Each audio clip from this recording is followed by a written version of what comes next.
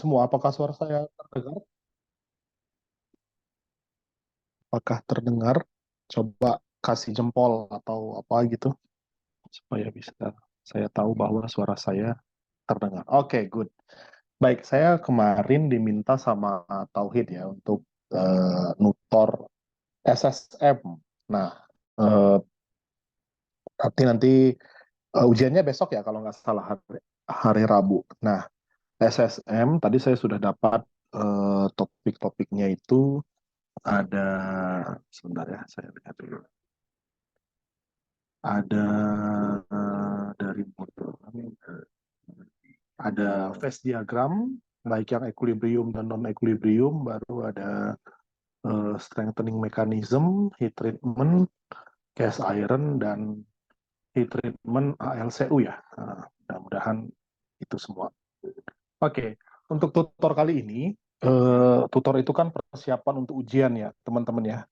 Menurut saya, kita tidak usah banyak bicara konsep, tapi kita bahas soal gitu.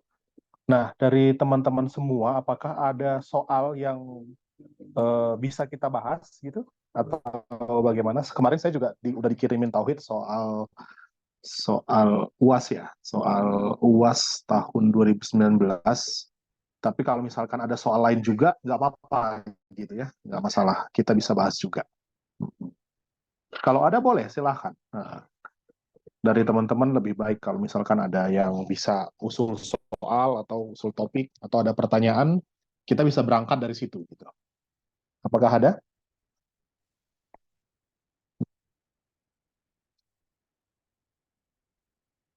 Belum, Kak.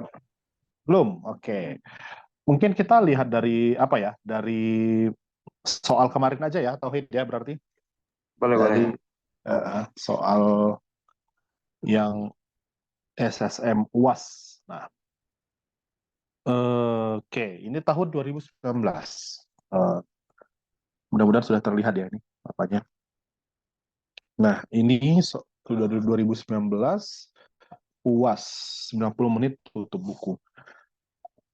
Nah, jadi di sini ditunjukkan ada struktur mikro gitu ya. Tapi kita baca dulu ya, teman-teman ya.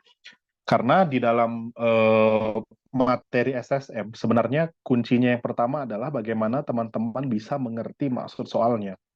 Mungkin berbeda gitu ya dengan soal-soal di teknik mesin kebanyakan yang langsung berupa hitungan, mencari nilai atau apa gitu. Kalau di soal-soal di material itu dia eh, lebih penting kita pahami dulu soalnya. Misal nomor satu ya, gambar A menunjukkan struktur mikro berupa ferrit dan martensit dari dual phase steel yang kuat namun ulet. Sedangkan gambar B berupa martensit dan sementit dari wear resistant steel yang bersifat relatif keras dan tahan aus. Nah, yang pertama, ferrit dan martensit. Artinya kita harus tahu ada ferritnya, ada martensitnya gitu ya teman-teman ya. Jadi di sini tunjukkan ferrit itu yang terang, sedangkan martensit itu yang gelap, yang hitam. Lalu di gambar B merupakan martensit dan sementit. Jadi martensit itu biasanya gelap atau hitam gitu ya. Ini yang hitam, baru sementit itu yang putih gitu. Walaupun ini sama-sama putih tetapi berbeda fasa gitu ya. Yang satu ferrit, yang satu sementit. Oke. Lalu berikutnya, dengan menggunakan diagram fasa FEC berikut, tentukan rentang komposisi kimia manakah. Jadi yang pertama itu ada rentang komposisi kimia mana gitu ya. Jadi gambar A ini dia di mana, gambar B itu di mana gitu. Nah, lalu berikutnya serta bagaimanakah perlakuan panas harus dilakukan untuk memperoleh kedua jenis baja tersebut. Nah, ini eh, sebentar ya, coba saya sepertinya ini bagusnya kita kerjakan bisa dicoret. Tapi saya lagi nggak bawa tablet, jadi saya taruh di PPT saja ya. Sebentar. Hmm,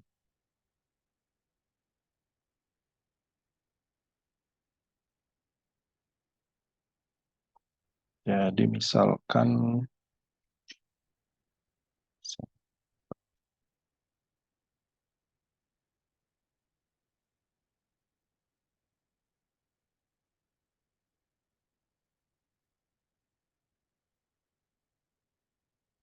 Yang pertama, pertanyaannya itu adalah range-nya gitu ya, range-nya di mana dan eh, bagaimana cara menentukan heat heat treatment-nya.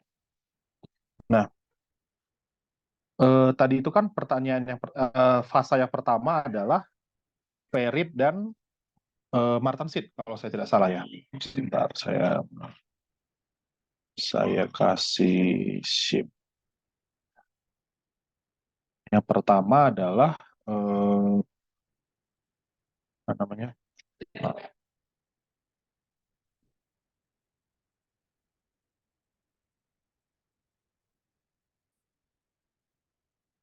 Ferit dan Martensite. Nah, Ferit dan Martensit. Nah, Ferit itu Martensit yang harus diingat mungkin ya teman-teman ya. Martensit itu datangnya dari austenit atau gamma.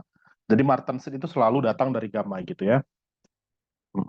Martensit itu selalu datang dari itu dari austenit. Nah, austenit itu atau gamma gitu ya. Nah, jadi kalau misalkan ferrit dan ada suatu struktur mikro gambarnya ferrit dan martensit, berarti dia itu asalnya itu dari suatu fasa yang ada ferrit dan ada austenitnya gitu. Jadi kalau misalkan kita lihat di gambar ini di diagram fasa, maka yang ada dua fasa itu adalah yang ini ya, yang kecil ini ya, gitu, yang kecil itu. Nah, jadi apa namanya? Nah, ini misalkan saya coret tuh yang ini ya, yang ini. Nah, yang itu. Yang alfa plus gamma. Jadi kalau misalkan ditanya ini komposisi kimianya dari mana gitu, berarti jawabannya ya sederhana saja gitu. Berarti range-nya itu komposisinya, komposisi yang A tadi ya, itu berarti di antara 0,022 sampai 0,76% karbon. WT persen karbon gitu ya. Nah, jadi begitu saja. Ini kemungkinan komposisinya dari situ gitu. Nah, itu yang pertama. Lalu yang kedua, kalau komposisi B, tadi yang B itu kan ini kan yang A ya. Sorry, ini yang A. Baru kalau B itu kan tadi martensit dan sementit. Nah, sementit itu Fe3C. Tadi martensit itu selalu dari gamma. Berarti itu range-nya dari gamma plus Fe3C. Ini ya teman-teman ya. Jadi terlihat di sini ada gamma dan Fe3C. Tetapi kita harus tahu bahwa namanya steel itu maksimum komposisi itu di 2%. Jadi di sekitar komposisi 2,14 ini. Jadi nanti di komposisi ini nanti maksimumnya. Berarti nanti untuk komposisi B itu berada di antara 0,76 sampai 2%. 76 sampai 2 WT persen karbon. Nah, ini jawaban yang pertama. Jadi komposisinya seperti ini. Kira-kira gini, kalau ada pertanyaan langsung raise hand ya. Langsung raise hand supaya bisa langsung kita bahas daripada nanti kelupaan. Itu dulu ya. Lalu berikutnya, Kak, izin tanya. oke, silakan, silakan. Saya nggak bisa lihat. Mungkin apa secara singkat aja Kak. Tadi itu kenapa martensit jadi austenit gitu Kak? Oh ya, jadi fasa martensit itu memang itu suatu fasa yang didapatkan dari pendinginan cepat austenit gitu ya. Martensit saya taruh di sini deh. Nah, itu martensit dari austenit. Jadi eh, fasa martensit, nah martensit itu didapat dari pendinginan cepat austenit. Jadi austenit itu kan eh, sebentar ya, saya di sini kayaknya ada sebentar cari dulu.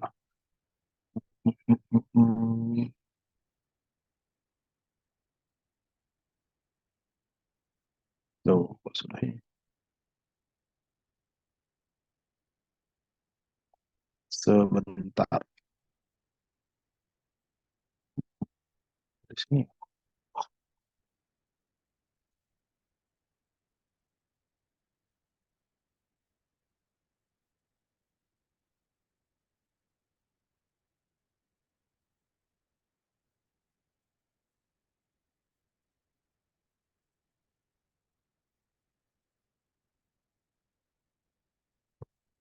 Tidak ada. Oke, saya buat aja ya.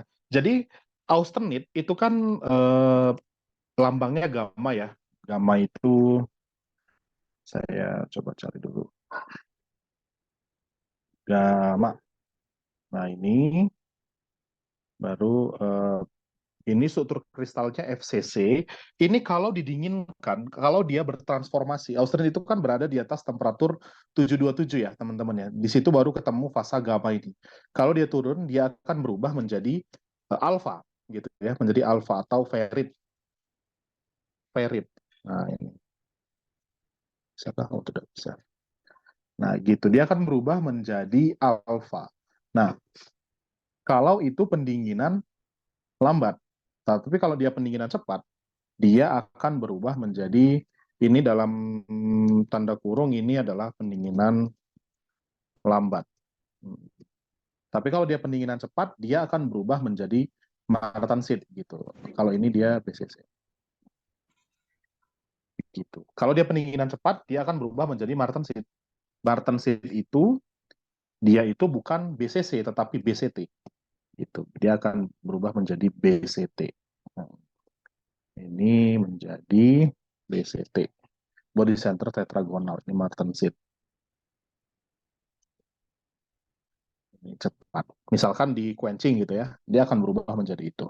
Gitu kira-kira. Jadi kalau menemukan fasa martensit nanti di dalam soal, maka selalu dalam pikiran itu berasal dari austenit. Gitu. Kira-kira gitu. Apakah sudah cukup? Kamu nanya, Mungkin Kak, Hmm, silakan. kalau kalau misalnya kan dari Austin itu kenapa Hmm. ini yang komposisi B-nya kenapa sampai 2%, kenapa nggak sampai 2,14%? Kan itu masih ada Oh austenitnya. iya. Oh nggak apa-apa. Ini hanya apa saja ya, aproksimasi aja gitu ya. Kalau misalkan 2,14 juga nggak apa-apa. Jadi biasanya kalau sudah komposisi 2,14 sampai seterusnya, itu grade-nya itu kita anggap sebagai cast iron. Tetapi dalam praktiknya, tidak di 2,14% itu, tetapi lebih kecil dari itu, biasanya 2%. Bahkan ada yang 1,9 atau 1,8. Tidak masalah gitu ya. Jadi kalau misalkan mau pakai 2,14, it's okay. Sama saja, itu sama benarnya. Gitu, kira-kira. Tapi kan bukannya kalau martensi itu dia dipengaruhi sama jumlah persen karbon buat nyisip di tetragonal ya kan? Makanya kenapa kalau misalnya yang karbon rendah tuh sulit untuk membentuk martensit gitu. Artinya harusnya Oh iya, grade iya. martensitnya lebih bagus atau enggak? Iya, memang iya. Tetapi di sini dalam ini kita bicara konteks soalnya dulu ya. Eh, dengan menggunakan diagram fasa ini, kita menentukan range gitu, range. Tadi misalkan kita jawab yang pertama, komposisi A itu kan 0,022 sampai 0,76, yang daerah sini ya. Nah, daerah sini ini. Tetapi dalam praktiknya nanti, sebenarnya tidak mungkin di 0, dekat dengan 0,022 karena itu terlalu rendah, tidak akan bisa jadi martensit. Walaupun ada gammanya, ada austenitnya. Jadi nanti biasanya untuk untuk misal dual phase steel, dia itu berangkat dari persentase misal 0,3, 0,4. Tetapi di sini tidak masalah kalau menjawabnya dari 0,022. Karena yang ditanya itu adalah range-nya gitu. Memang benar nanti martensit itu ada komposisi tertentu gitu. Tetapi kan kita susah ya menghafal itu. Jadi mending dari soal Ferit dan martensit misalkan ya martensit dari gamma berarti ferit dan gamma itu range itu dari 0,02 sampai 0,76. Kalau misalkan menjawab soal seperti ini sudah benar gitu walaupun kalau mau lebih tepat lagi bisa gitu kira-kira gitu. Apakah ada yang mau ditanyakan lagi? Gitu. Memang ada nanti komposisi optimum, komposisi minimum itu ada untuk martensit. Tetapi dalam hal soal ini itu tidak perlu kita tahu gitu. Karena yang ditanya hanyalah range-nya. Itu kira-kira bagaimana? Baik, makasih Kak. Oke ya. Karena memang nanti kalau kita bicara kekuatan martensit itu sangat dipengaruhi dengan persen karbon. Tetapi itu tidak usah kita pikirkan dulu gitu untuk konteks soal ini. Gitu. Jadi kita lihat saja yang sederhana. Kira-kira gitu teman-teman. Mudah-mudahan jelas ya. Kalau ada lagi silahkan langsung saja. Langsung. Mau tanya Kak, Ya. kalau Bainit itu dari austenit juga? Iya, betul. Bainit juga dari austenit. Tetapi nanti pendinginannya berbeda dengan dengan apa ya? Dengan martensit. Kalau misalkan saya cari bentar ya, adakah di sini diagram TTT? Tidak ada. Bentar. Sepertinya di sini ada. Di soal nomor 2 ada diagram TTT, Kak. Oh ya, nanti kita lihat ke situ. Nah, misalkan ini ya. Nah, di sini kalau misalkan martensit dia harus melewati martensit start yang di sini. Kalau bainit dia yang ini gitu ya. Yang huruf B ini. Kalau yang atas P itu perlit gitu. Itu beda. Nanti kita akan ke situ. Tenang saja. Itu datangnya dari Austenit, betul. Jadi Austenit itu bisa berubah menjadi perlit, bisa berubah menjadi bainit, bisa berubah menjadi martensit. Tergantung laju pendinginannya. Nanti ini berhubungan juga dengan yang bagian kedua dari soal ini tadi. Nah, di sini kan ini pertama range-nya. Range-nya kita tadi sudah tahu ya. Range-nya tadi, serta bagaimanakah perlakuan panas harus dilakukan untuk memperoleh kedua jenis baja tersebut. Nah, ini bagaimana cara kita mendapatkan baja ini gitu ya. Misalkan kalau kita disuplai dengan baja dengan komposisi yang tadi kita sudah dapat. Misalkan untuk yang pertama tadi sudah dapat baja spek ini, tetapi bagaimana cara membuatnya? Nah, itu pertanyaan berikutnya. Gitu kira-kira.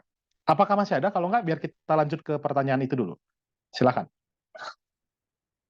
Adakah? Oke, kalau enggak, kita coba lanjut dulu.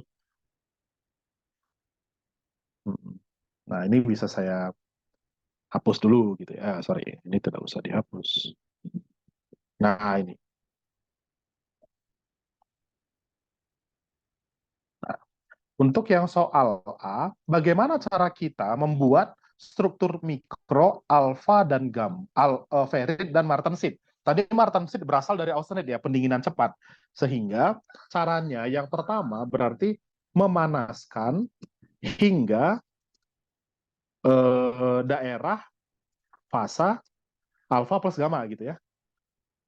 Sorry. Alfa.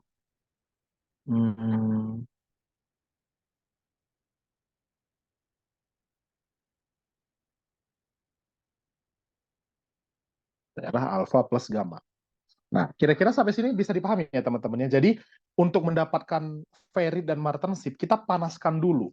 Lalu setelah itu dilakukan quenching. Nah, quenching. Sehingga nanti didapatkan fase akhirnya, yaitu alfa dan martensit. Alfa plus martensit. Sampai sini bisa dipahami nggak? Karena gamma ini nanti di sini akan berubah menjadi martensit. Nah, karena quenching ini akan berubah menjadi martensit. Sampai sini, silakan kalau ada pertanyaan. Nah, Mau nanya, Kak. ya, Itu kan tadi di soalnya tuh ada informasi tambahan kalau misalnya yang A tuh apa ya tadi? Boleh lihat soalnya. boleh. Yang A, Yang A itu kan dia kuat namun ulet kan. Nah, itu tuh ada dipengaruhi uletnya ini tuh dipengaruhi karena dia emang punya persen karbon yang rendah atau karena ada kemungkinan dia dilakukan tempering gitu, Kak. Karena kalau gini, tempering ya, dia bisa nurunin kegetasannya. iya. Jadi sifat-sifat fasa itu berbeda-beda. Untuk ferrit itu dia memiliki karakteristik lunak. Lunak, kekerasannya rendah, dan ulet. Sedangkan martensit itu kebalikannya, dia keras, dia getas. Sehingga kalau untuk membuat dual phase steel, dia itu ada ferrit dan martensit, diharapkan dia itu memiliki sifat unggul keduanya. Jadi kekuatannya diambil dari martensit, sedangkan keuletannya diambil dari ferrit. Jadi keterangan ini sebenarnya itu karena fasa-fasa yang menyusunnya gitu ya. Beda nanti dengan gambar B, martensit dan sementit. Martensit keras, sementit juga keras, sehingga nanti sifatnya adalah relatif keras dan tahan aus. Kira-kira gitu. Berarti Kak kalau ini nggak ada hubungannya dia di tempering atau enggak gitu? Enggak. Ya, di sini kan kita belum tahu ya keterangan tempering dan lain-lain gitu. Kita tidak usah anggap ada gitu. Jadi ulet dari ferrit, kuat dari martensit. Nah, gitu kira-kira. Oke. Gitu. Jadi jangan terlalu jauh dulu mikirnya gitu ya. Oke, sampai sini dulu. Ada yang mau ditanyakan lagi? Silakan. Jadi, bagaimana cara mendapatkannya? Kira-kira seperti ini, teman-teman. Nah, jadi eh, begini ya. Kalau misalkan dibuat dia dalam diagram, bukan diagram ya, kurva ya lebih tepatnya. Ada namanya diagram thermal gitu. Jadi dipanaskan ke temperatur tertentu, ditahan, baru di quenching gitu. Temperaturnya diturunkan dengan ini tadi yang saya maksud. Jadi kalau gamma itu ketika slow cooling dia menjadi BCC, kalau dia rapid cooling menjadi martensit, menjadi BCT. Begitu. Dan martensit ini kalau dipanaskan lagi dia bisa berubah jadi alfa lagi. Ini yang kita sebut dengan tempering. Tempering ya, ini yang garis putus-putus ini. Kira-kira gitu. Jadi nanti di bagian diagram thermal untuk prosesnya dipanaskan sampai temperatur alfa plus gamma tadi ya yang ini. Eh, di sini berarti temperaturnya itu tergantung komposisi. Misal komposisinya di sini, ketika kita panaskan ke sini, maka ya dikira-kira lah itu kira-kira temperatur berapa gitu. Tetapi kan ini saya memberi kalimat yang umum gitu ya di daerah fasa ini. Jadi ada range juga. Baru nanti tinggal di quenching untuk membuat gamma menjadi martensit. Sehingga didapat fasa akhir alpha plus martensit atau ferrit plus martensit. Ini yang disebut dengan dual phase still tadi. Oke, sampai sini. Silahkan kalau ada yang lagi mau ditanyakan.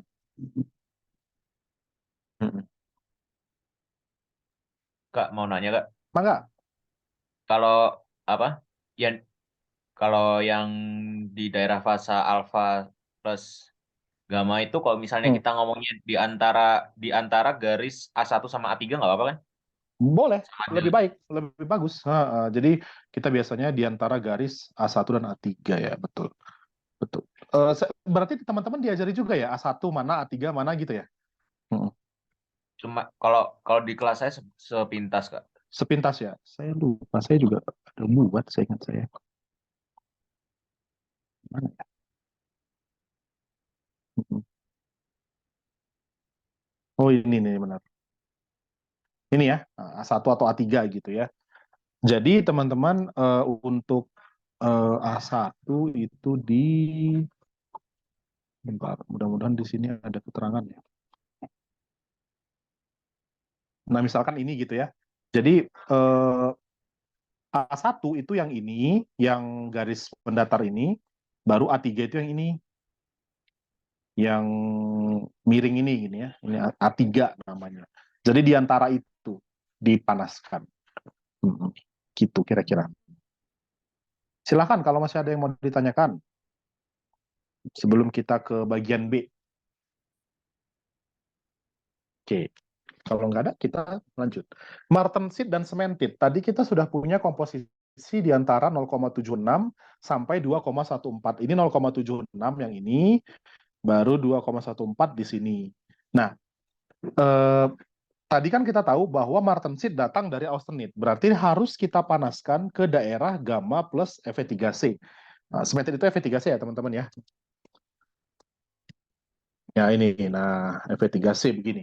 Nah, jadi kita sama saja gitu ya, kita memanaskan ke daerah fasa tadi gamma plus Fe3C gitu ya. Gamma plus Fe3C. Nah, ini. Baru nanti gamanya kita akan ubah menjadi martensit. Berarti sama-sama saja di quenching gitu ya. Di quenching ini. Di quenching. Nah, lalu nanti akan didapat fasa akhir ini tadi sama saja nantinya. Fasa akhir Fe3C plus martensit. Nah, ini bukan dual phase ya namanya, wear resistant. Nah, gini kira-kira. Sampai sini silahkan kalau mau ditanyakan. Kak mau nanya Kak. Mangga. Berarti si quenching itu dia nggak mempengaruhi fasanya alfa maupun Fe3C kan? Cuma Tidak, austenitnya aja kan? betul. Nah, jadi yang sensitif dengan quenching itu kalau dibaca itu hanyalah austenit. Ferrit tidak akan berubah, martensit, Fe3C tidak akan berubah. Gitu kira-kira. Oke Kak. Sip. Mangga yang lain. Kalau ada, Permisi. silakan. Halo. silakan. Semisal nih di soalnya diganti dari Martensit jadi halo. Halo, ya, silakan, saya dengarkan. Jadi semisal Kak, di soalnya tuh dari Martensit diganti jadi Bainet gitu. Ini, oh ya, Ya, kalau misal Bainet kan kalau nggak salah mirip-mirip ya Kak sama Martensit. Jadi Hmm, di hmm, apa? Austenit diberikan pendinginan juga. hmm. Nah, bedanya sama Martensit apa? Atau itu pengaruhnya ke ini laju pendinginannya? Iya, pengaruhnya ke laju pendinginan. Jadi ini kan ceritanya kita masih berkutat dengan Martensit ini ya, sehingga saya tidak bahas laju pendinginan yang lebih spesifik. Artinya kita dengan bahasa quenching saja itu sudah cukup akan mendapat Martensit. Tetapi kalau nanti ditanya Bainit atau nanti dual phase yang lain gitu, ada Bainit dan Perlit, Bainit dan Martensit, kita tidak cukup bilang pendinginan cepat atau quenching. Kita harus menyajikan gambar diagram TTT-nya gitu. Jadi kalau misalkan gini ya, coba saya pen. Kalau misalkan tadi saya sebut quenching, maka asosiasinya itu adalah kita melakukan laju pendinginan yang seperti ini. Ini anggap lurus ya teman-teman ya, anggap lurus begini, anggap lurus. Jadi ketemu Martensit start, endingnya di Martensit finish, sehingga kita akan bertemu dengan Martensit gitu. Ini quenching itu begitu. Tetapi kalau nanti ditanya Bainit, maka kita harus melakukan laju pendinginan yang seperti ini begini, baru ditahan. Nah, ini anggap lurus ya. Ini saya tidak bawa pen, jadi miring. Ini lurus begini, set gitu. Jadi di quenching ke temperatur 400, baru ditahan melewati garis Bainit start, akan melewati garis Bainit finish, seperti itu. Sampai sini, ada yang mau ditanyakan lagi? Silahkan. Udah cukup Pak, terima kasih. Oke, good. Yang lain, Enggak. silakan.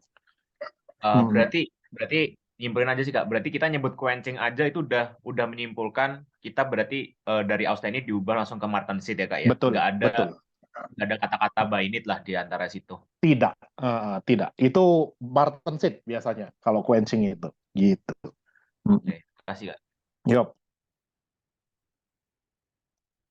Lagi, silakan.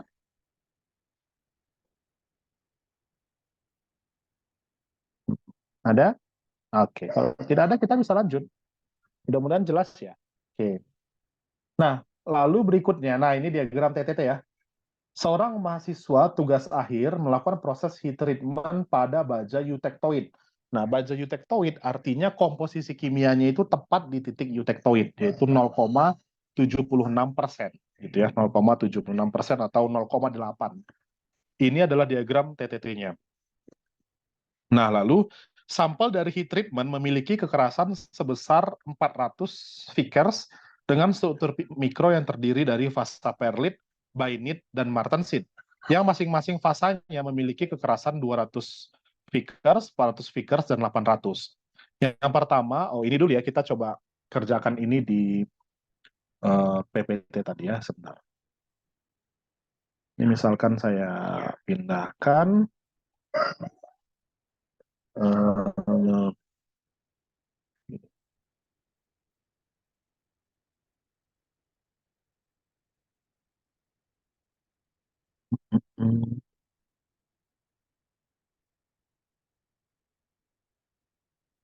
tadi disebut bahwa kekerasan fasa yang pertama tadi ada Perlit, baru ada Martensit, ada Bainit.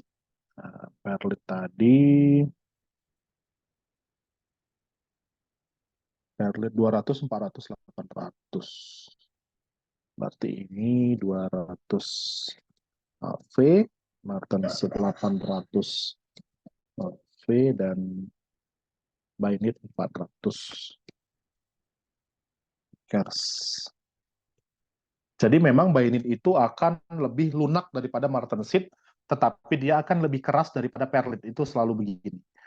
Lalu berikutnya ditanya targetnya itu harus 400 ya. 400 dengan fasanya adalah perlit tambah bainit tambah martensit. Baru setelah itu ada yang ditanyakan lagi.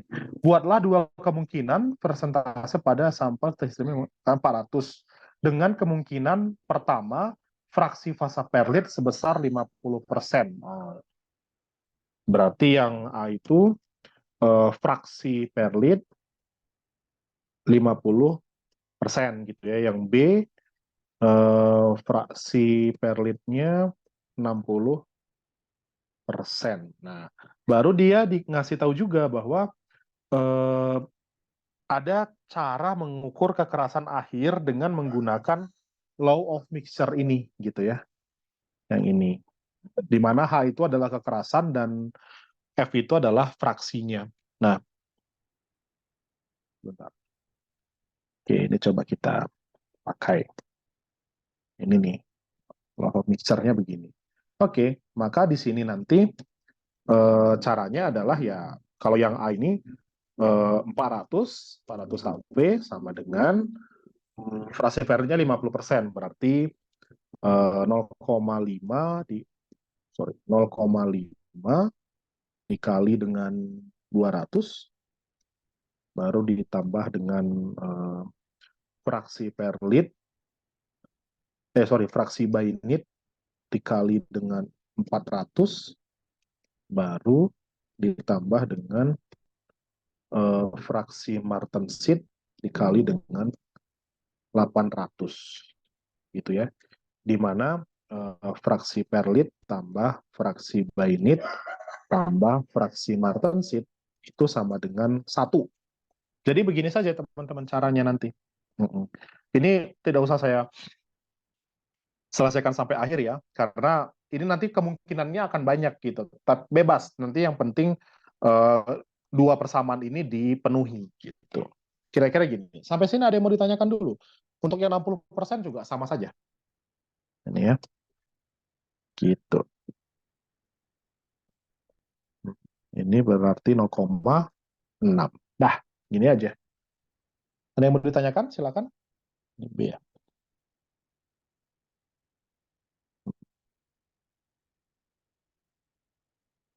Saya rasa tidak akan sulit sampai sini. Oke, kalau tidak ada, kita lihat yang bagian B-nya. Dengan menggunakan diagram TTT, jelaskan secara skematis bagaimana proses heat treatment untuk kedua kemungkinan persentase fraksi tersebut di atas. Jadi nanti jawaban teman-teman akan mempengaruhi jawaban B ini. Tetapi nanti di sini tidak akan beda jauh juga gitu ya. Oke, kita coba ya. Misalkan ini saya duplikat. Nah, bagaimana cara mendapatkannya? Ini pertanyaannya tadi. Ini kan untuk bagian A. Ini coba saya buat. Nah, untuk yang ini, bagaimana cara membuat, nanti di sini kan akan didapat bahwa fraksi perlit itu 50%, fraksi bainit misalkan 25% atau martensitnya 25%. Ini misalkan ya teman-teman ya. Sehingga totalnya nanti 100%. Yang pertama yang kita perhatikan adalah bagaimana cara mengatur fraksi perlit menjadi 50%. Begitu. Nah, jadi fraksi perlit 50% artinya teman-teman itu melakukan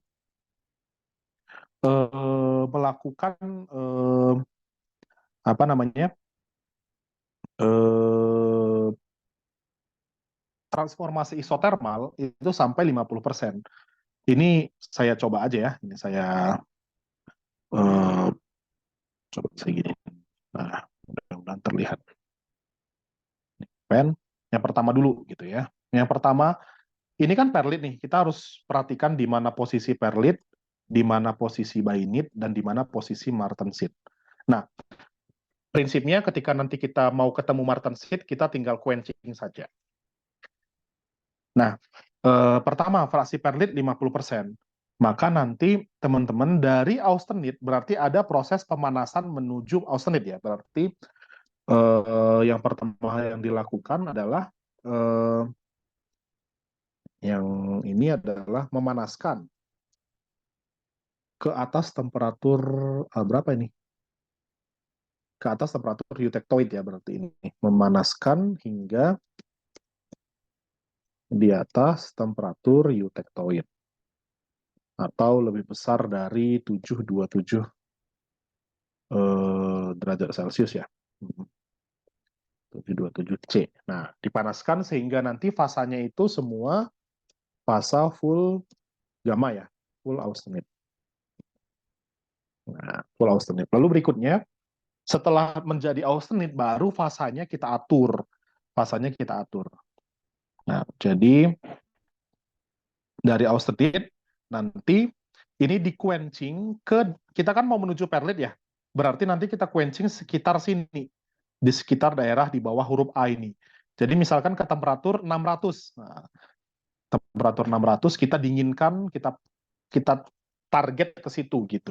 Caranya biasanya teman-teman, bagaimana cara membuat material sebut saja temperaturnya 750 ke temperatur 600 gitu. Nah, caranya itu biasanya kita menggunakan oli panas gitu ya, oli atau minyak yang dipanaskan. Jadi menggunakan oli dipanaskan ke temperatur 600. Tentu saja oli yang bisa tahan sampai temperatur 600.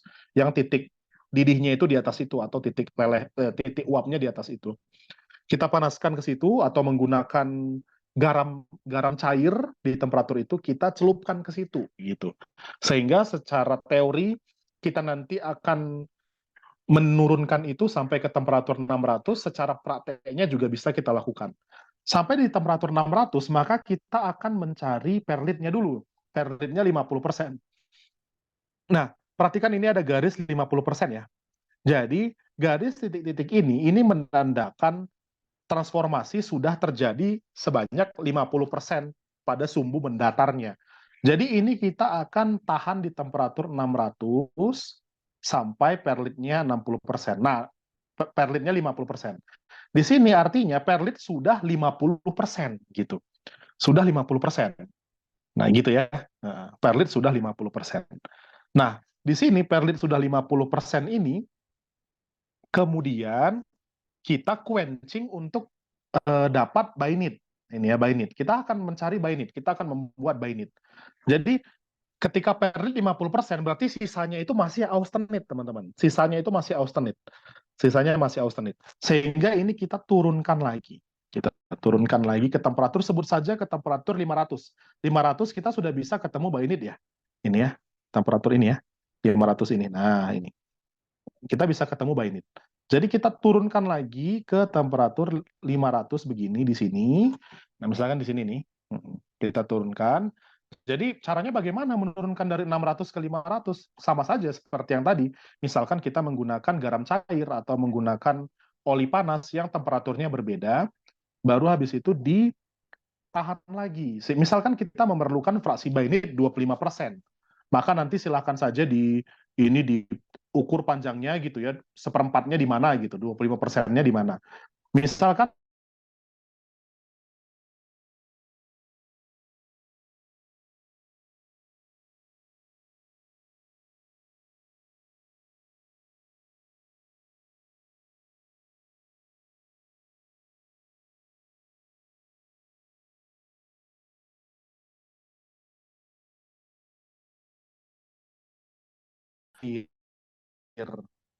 ke bawah, seret. Nah, begitu.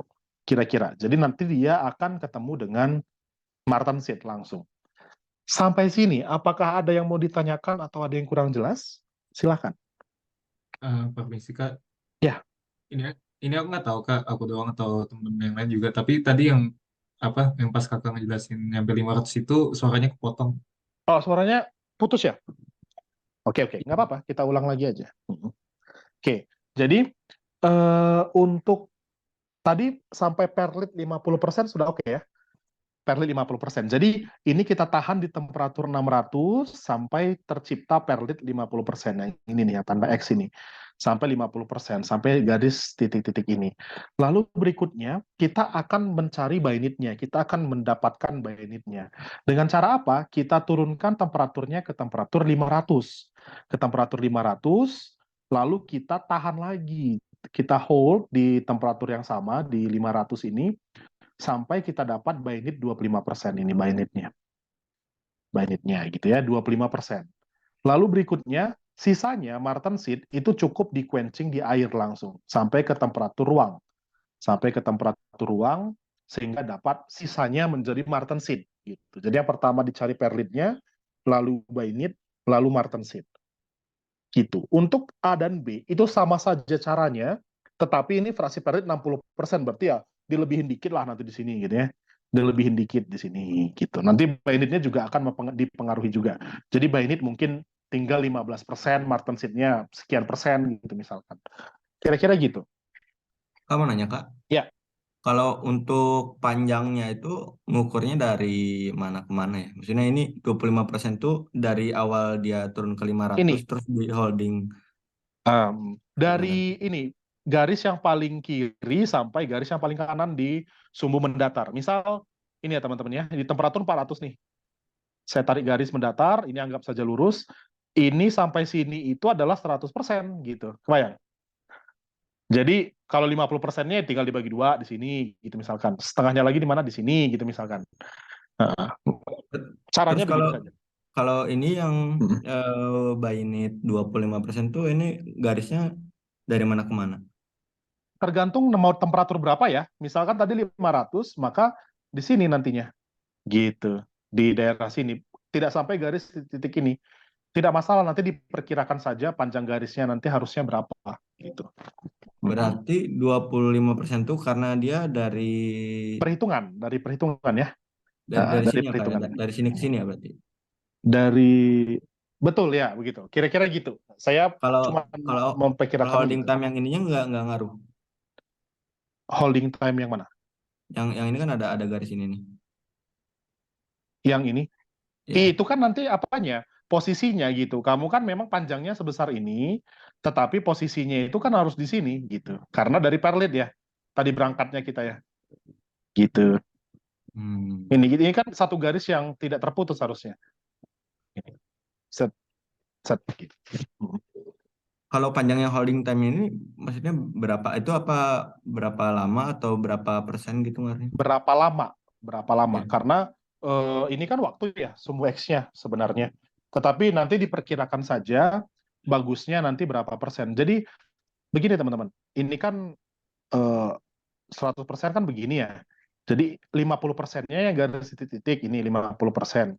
Jadi nanti ini adalah 25%, ini adalah 25% gitu. Tergantung kamu sebelum ini atau sesudahnya gitu. Tapi ini tidak usah terlalu pusing gitu ya, harus panjangnya persis berapa. Yang penting skema ini kelihatan bahwa kalian memang pertama mendapatkan perlitnya, lalu mendapatkan binitnya, lalu yang terakhir martensitnya. Gitu. Karena nanti yang soal A dan B itu kan hanya beda 10% ya. Hanya beda 10% di perlit. Nanti posisi X ini tidak akan terlalu jauh jadinya nanti. Begitu. Oke, oke. Oke.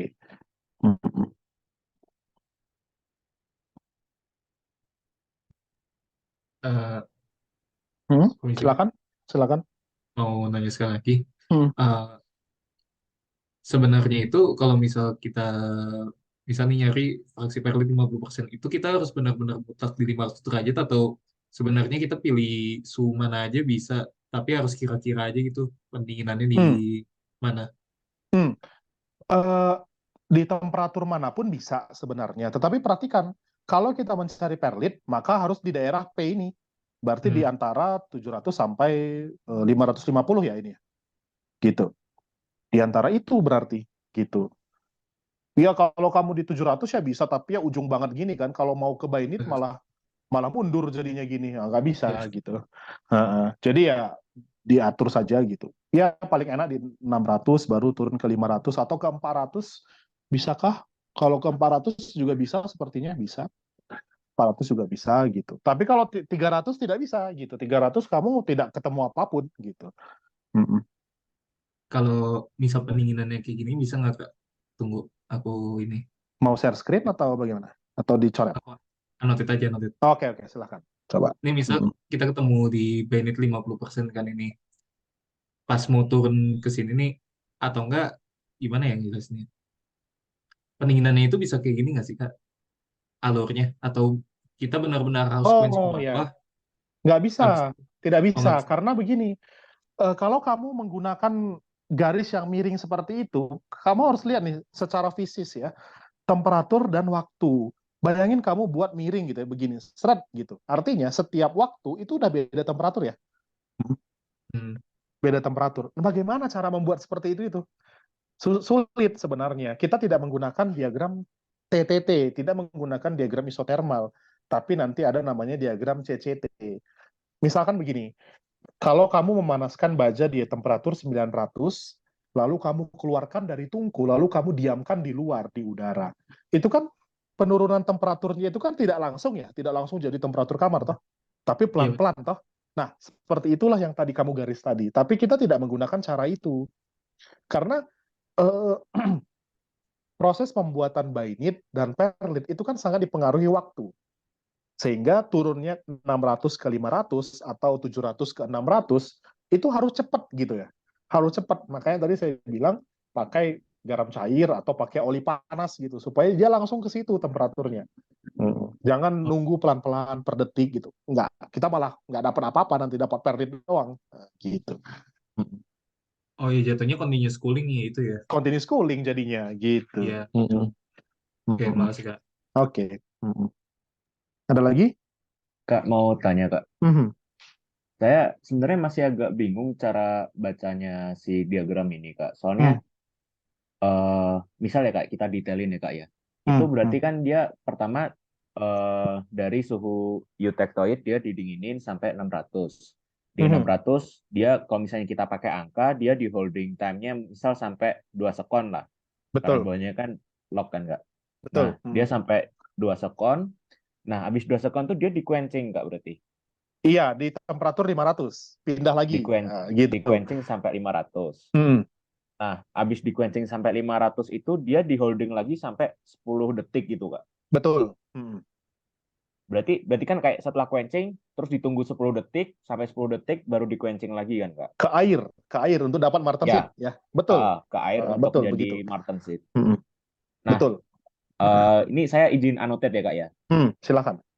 Soalnya kalau yang di bukunya Kalister tuh kan dia ada yang kayak gini Kak. Sebentar. Mundur ya. Ini ya kayak mundur Hmm. itu Kak. Hmm.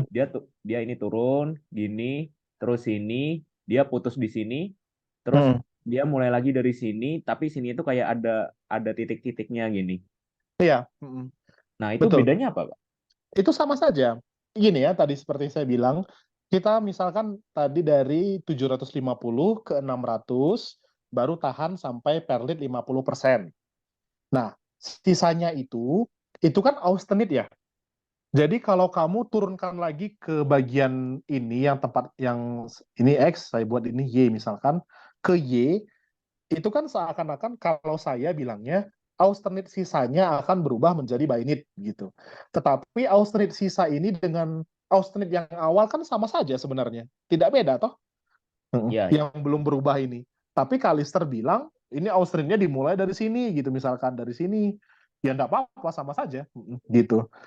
Austenitnya sama kok gitu. Jadi Berarti tapi yang di cuma Kalister itu kan seakan-akan waktunya mundur toh. ya, ya. Gitu. Kalau saya bingung kalau waktunya mundur itu nggak ngerti gitu. Walaupun itu nggak salah gitu. Jadi lebih baik sesuai dengan timeline waktu saja. Seperti tadi yang diceritakan teman kamu. 2 detik masuk ke 600, habis itu nanti masuk 10 detik ke 500, langsung celupin ke air. Itu kan lebih lebih apa ya? Lebih kebayang ya secara real time ya. Iya, iya. Gitu. Sama saja. Oke. Berarti Gitu. cuma masalah aturan gambarnya aja ya, Kak ya? Gitu. Oke. Justru Makasih, Kak. kalau pakai gambar sulit, lebih baik diceritakan seperti yang tadi teman kamu itu tadi. Itu udah benar banget itu tadi. Jadi diturunkan ke 600, baru ditahan 2 detik, masuk ke 500, tahan 10 detik, lalu habis itu masuk ke air. Itu sudah sistematis sekali gitu. Itu sudah sangat bisa dilakukan gitu ya. Nanti gambar hanya membantu saja gitu. Oke. Sehingga nanti yang jawaban bagian B itu nanti di bagian detik-detiknya nanti akan berbeda ya. Karena tergantung fraksi fase yang kita dapat di hitungan itu tadi. Tadi misalkan 2 detik di perlit menjadi 5 detik, misalkan 5 detik 5 detik baru habis itu masuk ke temperatur 400, lalu nanti 10 detik baru langsung ke air, misalkan seperti itu. Itu lebih baik gitu. Oke. Oke. Makasih, Kak. Yuk, sama-sama. Silakan kalau ada lagi. Kak, boleh saya nanya? Silakan. Boleh saya notet nggak, Kak? Boleh, silakan. Hmm, Sorry. Nah ya, mangga. kan kalau misalnya ini, oh ya, bentar ya. Mm-mm. Kalau misalnya di sini kan ini kan 0% per lead kan, Sorry. Betul, 0% per lead. Mm-mm. dan di sini 100% per lead kan, Betul. Mm-mm. dan kalau di sini artinya juga 100% by unit ya, Sorry, di mana? di sini, Betul. Iya, dan ini 0% by unitnya ya. iya. Mm-mm. Jadi kayak kalau misalnya mau nyari yang 25, kalau misalnya yang A itu kan, kalau saya hitung kan by unitnya 25 dan per leadnya 25 kan. Mm-mm. By unitnya 25 tadi. Dan Berarti, ini 25. Mm-mm. jadi kan harus diturunin di rendah lagi ya, Kak, supaya bisa di 25 ini. Oh, tidak harus. Jadi di temperatur ini di setiap temperatur ya teman-teman ya. Jadi jangan terpaku dengan temperatur 400 atau temperatur 500, tetapi dimanapun temperaturnya, asal dia di daerah Bainit, itu bisa saja. Tetapi nanti ketika teman-teman turunkan ke temperatur manapun, anggap itu adalah nolnya gitu ya. Anggap itu adalah nolnya. Jadi panjangnya nanti itu dipengaruhi oleh sumbu mendatarnya ini gitu. Sehingga ini tidak sampai ujung ya, tidak sampai sisanya austenit menjadi bainit gitu, tidak. Kita sisakan hanya 25% saja bainitnya. Nanti sisanya di quenching ke martensit. Kira-kira gitu. Yang penting panjangnya, bukan posisinya. Gitu kira-kira. Gimana? Oke, terima kasih, Kak. Jadi kalau Oke. misalnya gitu, artinya 500-nya itu tuh tinggal 1/4 dari titik sini ya. Bentar ya. Oke, coba. Coret. 1/4 dari sini ke sini ya, kalau misalnya di 500. Iya, kira-kira gitu. Ya, yang penting panjangnya tadi ya. Panjangnya tadi. Nanti tinggal diatur-atur saja ini berapa gitu. Oke, terima kasih, Kak. Yap, sama-sama. Mangga, silakan kalau ada lagi.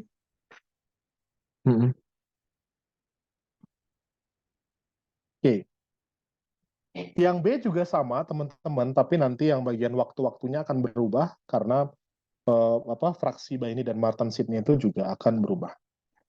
Sehingga nanti kombinasinya itu kan tergantung teman-teman nanti mau berapa gitu ya. Tapi yang pasti yang aturan kedua ini fraksinya itu totalnya semua itu sama dengan 1 gitu. Oke, mudah-mudahan jelas. Nah, coba kita lihat lagi soalnya ya. Yang B dengan menggunakan diagram PTT skematis. Nah, ini sudah kita jawab tadi. Tadi seperti yang kata teman kamu itu sudah benar sekali jawabannya gitu ya. Sudah ada waktunya sekian detik kira-kiranya bagaimana. Itu bagus gitu ya. Yang penting kelihatan bahwa kalian mengerti bahwa untuk mencari material dengan 3 fasa, pertama kita menggunakan diagram TTT. Kedua, kita menggunakan pendinginan berjenjang tadi itu. Kita dinginkan ke perlit, kita dinginkan ke bainit, baru kita dinginkan ke martensit. Seperti itu. Kelihatan posisi bainit, martensit, dan perlitnya itu ada di mana. Gitu. Oke. Sampai sini, silahkan kalau ada yang mau ditanyakan.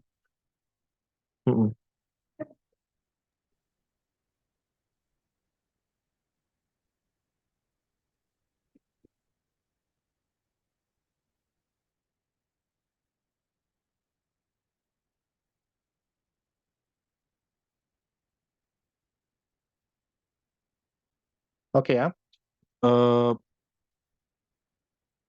Kita masuk ke nomor 3, teman-teman. Ini adalah precipitation hardening aluminium tembaga. Dengan menggunakan diagram fasa ALCU berikut, tentukan rentang komposisi kimia untuk memperoleh paduan ALCU yang memiliki mekanisme penguatan presipitat atau precipitation hardening. Jelaskan pula langkah-langkah perlakuan panas yang dilakukan untuk mendapatkan paduan tersebut. Waduh, ini kok ada persamaan kuadrat nih. Nah, nggak apa-apa lah, gampang. Nah. Yang ini dulu ya, yang bagian ini dulu. Nah, pertama kita menentukan komposisi kimia. Sebenarnya yang pertama harus kita mengerti adalah precipitation hardening itu sebenarnya apa. Gitu. Nah, sebentar ya. Ini saya cari dulu. Rasanya ada deh.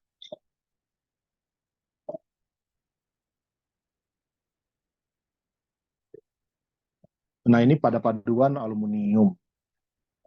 Ini paduannya, baru mekanisme penguatannya.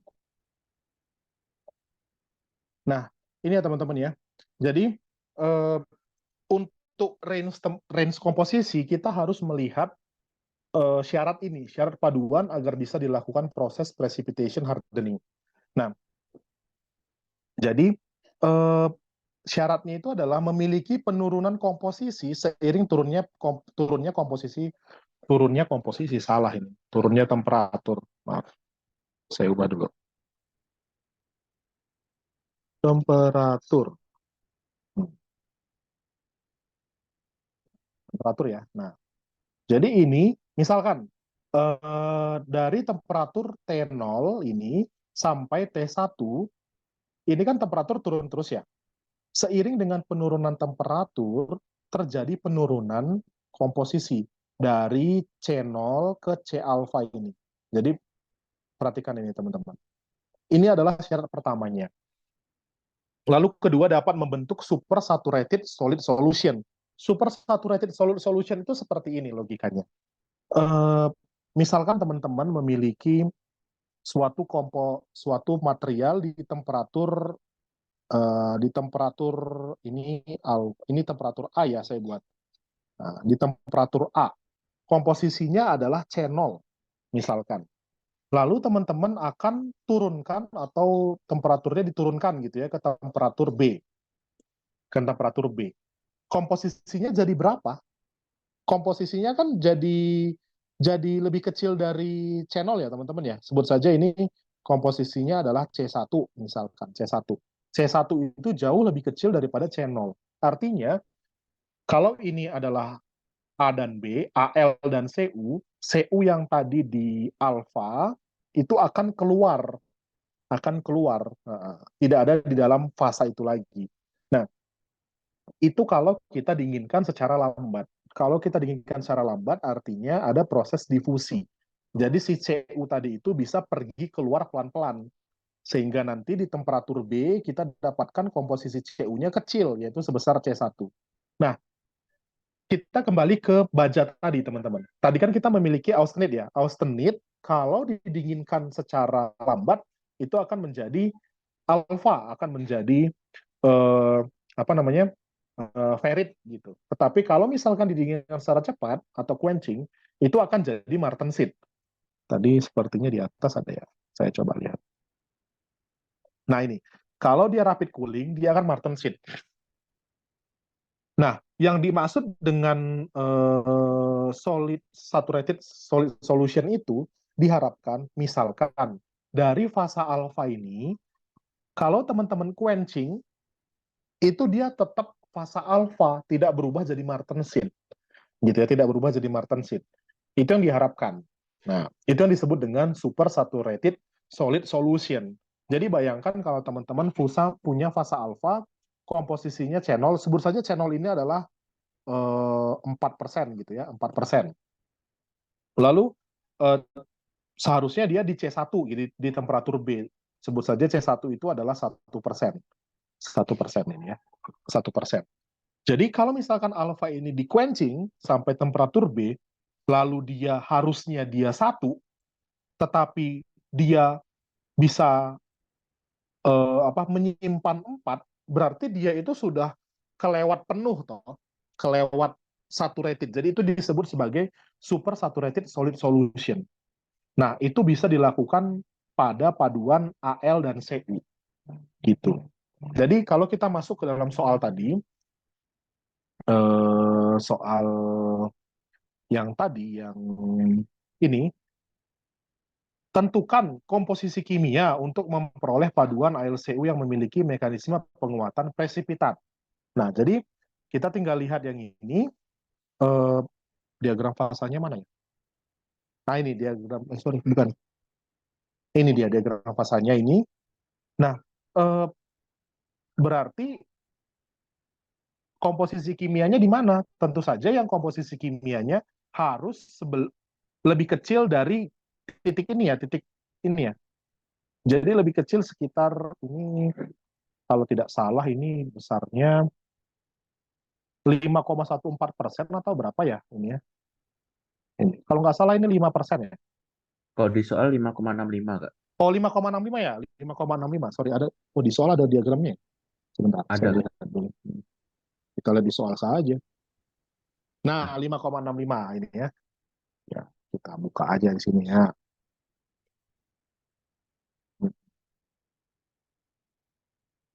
Nah, ini ya, 5,65. Ini ya. Berarti harus lebih kecil dari 5,65% gitu ya. Sehingga nanti jawabannya eh,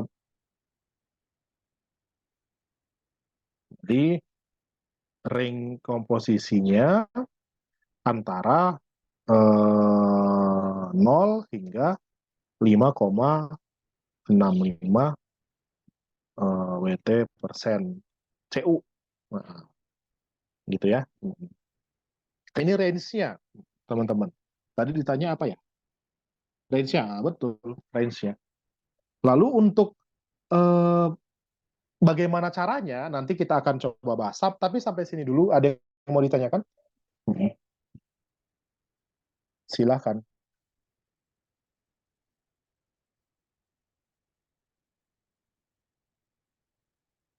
Tidak ada?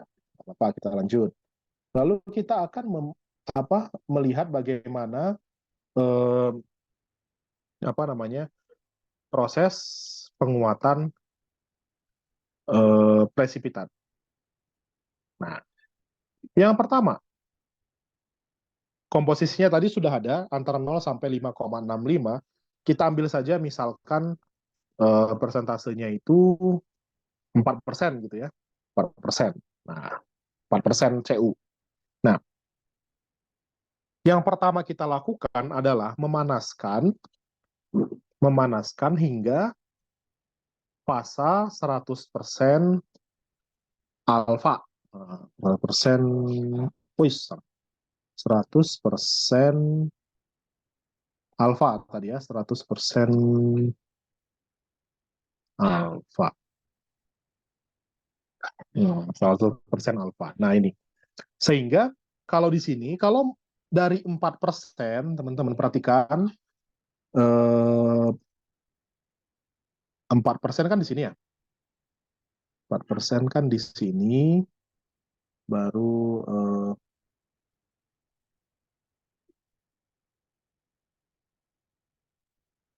saya kasih ini 4% di sini, baru nanti kalau mau 100% alfa kan kira-kira di sini ya. Kira-kira di sini sebut saja ini temperaturnya 550 misalkan.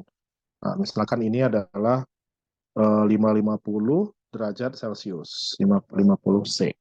Nah, baru yang nomor 3, setelah dipanaskan, kita akan quenching. Kita akan quenching ke temperatur kamar. Quenching ke T kamar. T kamar, atau 24 derajat Celcius. Atau 25 ya biasanya. 25 derajat Celcius. Nah, quenching ke T kamar ini berarti nanti fasanya kan 100% alfa ya. 100% alfa. Baru nanti ketika di quenching ke temperatur kamar, ini fasanya juga tetap alfa. Tadi kita udah bahas ya, bagaimana supersaturated solid solution. Tetapi alfa yang dimaksud itu, dia kondisinya adalah supersaturated solid solution. Alfa SSSS. Nah, ini biasanya kita nyebutnya begini. Nah, ini. Seperti itu. Supersaturated solid solution.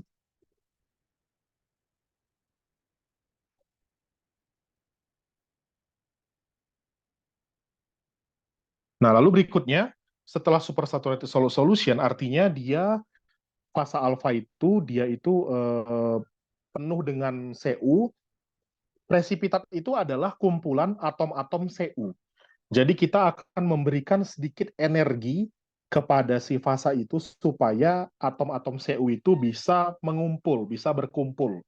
Sehingga kita akan panaskan. Oh, sorry. Ini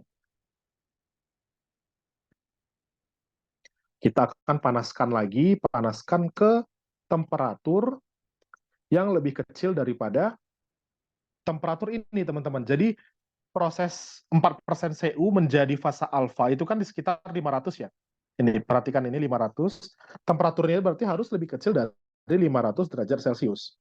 Ya, anggap saja misal di temperatur 400 lah. 400 derajat Celcius gitu ya. Kita akan panaskan ke temperatur 400 derajat Celcius. 400 derajat Celcius. Lalu kita hold temperatur hingga presipitat keluar. Oke. Sampai sini ada yang mau ditanyakan dulu, silakan. Kak, mau tanya, Kak. Mangga. Itu proses nomor 3 itu bukannya jadi alfa plus theta ya, Kak? Nah, harusnya kan begitu ya. Kalau dia Ah, ah. pendinginannya pelan, nanti alfa itu akan berubah menjadi alfa plus theta gitu. Tetapi karena ini kita cepat-cepat, theta tidak boleh jadi gitu. Theta tidak punya waktu untuk jadi theta gitu. Sehingga sebenarnya proses precipitation hardening itu apa ya? Itu semacam begini loh. Jadi kita itu sebenarnya kalau misalkan alfa plus theta itu kalau misalkan kita gambar struktur mikro, ini coba saya gambar ya walaupun jelek. Ini misalkan begini, ini adalah alfa gitu ya. Ini adalah materialnya, kita punya batas butir ya, punya batas butir. Ini adalah alfa. Nanti kan theta itu kan berada di pinggir ya, berada di batas butirnya. Theta. Harusnya seperti itu. Nah, theta di batas butir ini tidak efektif untuk menguatkan materialnya. Sehingga kita maunya suatu material yang sebut saja seperti ini, seperti ini alfa. Tetanya itu berada di tengah-tengah begini, di pinggir, di dalam alfanya. Gitu, di dalam alfanya. Nah, ini yang disebut dengan presipitat tadi itu. Walaupun nanti kita akan tahu bahwa itu bukan theta gitu ya, tetapi kalau nggak salah namanya theta aksen ya. Theta aksen gitu. Jadi kita mau itu di tengah gitu. Sehingga kita tidak mau dia itu berada di alfa plus theta. Gitu. Jadi ketika nanti alfa ini di quenching, dia akan menjadi alfa super saturated solid solution ini. Kita tidak mau seperti ini gitu ya. Nah, ini penguatannya tidak efektif. Begitu kira-kira. Ada yang mau ditanyakan? Silakan, lanjut. Kasih, Kak. Yuk. Ada lagi? Coba dipahami dulu gitu ya. Nah, sebelum kita lanjut.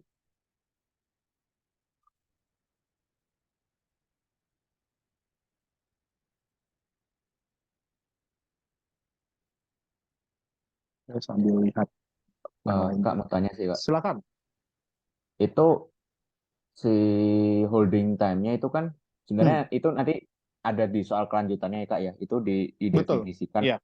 berapa holding time itu. Nah, itu sebenarnya kalau misalnya kayak kelamaan tuh nanti kenapa, Kak? Maksudnya kenapa harus didefinisikan itu? Kalau misalnya kelamaan emang kenapa?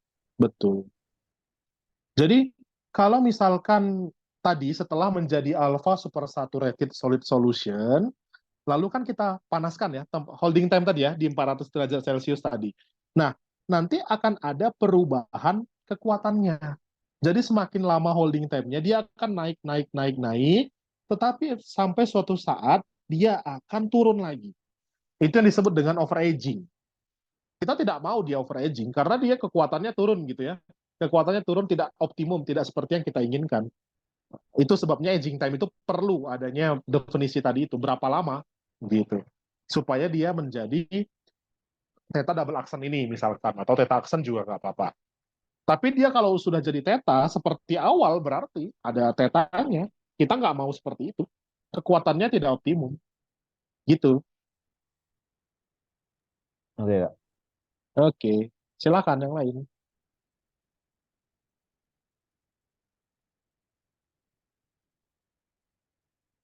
Nah ini ya. Jadi misal di temperatur berbeda-beda, perilakunya juga beda-beda gitu. Nah, kita kan pengennya itu dia supaya kekuatannya itu bisa maksimum gitu. Misalkan ini suatu komposisi kimia, dia di temperaturnya itu 260 derajat, 204 derajat, 150 dan 121. Ternyata yang paling gede temperaturnya, kekuatannya kita bisa dapat di 121 derajat Celcius. Tetapi pemanasannya kita lakukan selama berapa bulan nih? 3 bulan mungkin ya, atau berapa ya? Gitu. Gitu. Tentu saja kita tidak mau lama-lama, kita mau yang sebentar, tetapi bisa kekuatan yang tinggi. Sebut saja misal pakai temperatur 204 derajat Celcius. Cukup dengan pemanasan 1 jam, kamu sudah dapat kekuatan yang tinggi. Kira-kira gitu caranya. Silahkan kalau ada yang mau ditanyakan lagi.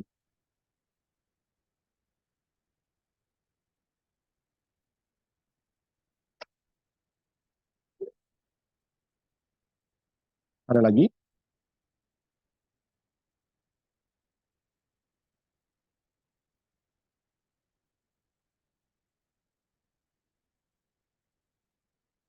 Oke, kalau tidak ada, mari kita lihat soal berikutnya gitu ya. Nah, ini sebenarnya tidak terlalu susah. Hubungan antara waktu proses artificial aging dengan kekuatan paduan ALCU dinyatakan dengan persamaan itu. Jadi tadi teman-teman yang ini, yang ini anggap ini diwakili dengan suatu persamaan gitu ya, suatu persamaan.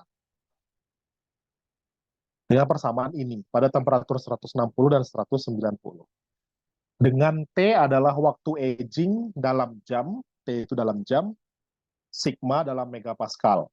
Tentukan temperatur dan durasi artificial aging yang menghasilkan kekuatan tertinggi. Nah, ini sederhana sebenarnya. Misalkan kita lihat yang gambar ini. Kekuatan tertinggi itu kan merupakan puncaknya ya. Ini perubahan apa namanya? Perubahan gradien ya. Saya lupa ini istilahnya apa kalau di matematik. Jadi kalau mencari ini kan kita tinggal apa toh? Jadi ini nanti kalau misalkan dikerjakan ini, kalau mau mencari yang maksimumnya,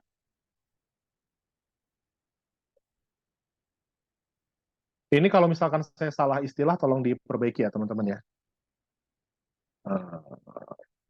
Kita tinggal mencari titik maksimumnya saja ya. Berarti dt per aduh kok d-nya huruf besar. D sigma per dt. D sigma per dt ya. D ya sebut saja ini sigma ya. D sigma per dt gini toh. Ini sama dengan 0 ya. Iya enggak? Lalu nanti tinggal dicari akar-akarnya saja. Nah, ini disamakan dengan 0, baru nanti T-nya nanti tinggal dicari gitu. Sampai sini bisa dipahami nggak? Kita kan tadi punya itu tadi ya, punya garis seperti ini tadi gitu ya. Nah di sini ini kan D sigma per dt sama dengan 0 gitu. Nah, tinggal dicari, nanti kan dapat T-nya nih ke bawah, nanti kita bisa cari T-nya, baru nanti T-nya tinggal dimasukin dapat sigmanya gitu. Sampai sini bisa dipahami nggak ya? Dapat sigmanya, mana yang paling besar, kamu sudah dapat waktunya, kamu dapat temperaturnya. Oke ya? Ini hanya persamaan garis biasa saja. Gitu kira-kira. Jadi nanti akan dapat. Begitu. Oke, kalau memang sudah, kita bisa lanjut yang lain atau bagaimana? Sepertinya soalnya sudah habis. Nah, ini ya. Anggap ini sebuah persamaan seperti ini, titik maksimumnya itu gradiennya pasti 0 gitu. Ini tinggal diturunkan terhadap T, dapat nanti ke apanya, persamaannya, ya dapat nanti waktunya berapa. Gitu. Oke. Sampai sini, ada yang mau ditanyakan? Silahkan. Setahu saya soalnya habis. Soalnya saya juga nggak punya soal lain gitu. Kalau ada yang lain, boleh silahkan. Oke, silakan teman-teman. Kalau ada pertanyaan atau tambahan atau komentar atau yang lain gitu, ini kan tadi kalau misalkan saya lihat materinya kan ada cast iron, baru ada apa lagi ya? Non equilibrium misalkan, kalau ada soal-soal tentang itu kita bisa bahas. Kalau ada teman-teman punya, kita bisa bahas. Selagi waktunya juga masih ada. Silahkan.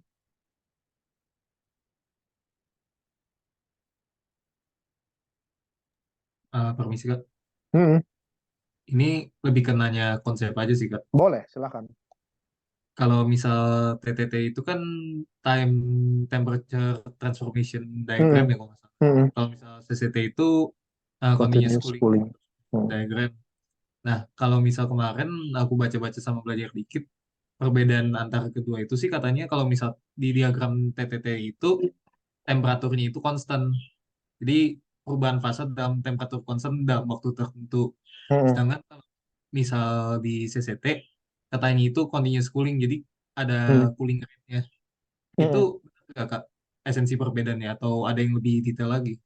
Iya, eh, itu adalah perbedaan pertamanya ya. Bagaimana kita menggunakan, karena laju pendinginan itu kan aksi yang kita berikan dari luar ke material, loh. Memang kalau kita ingin mentransformasikan suatu material, tadi sebut saja mana ya,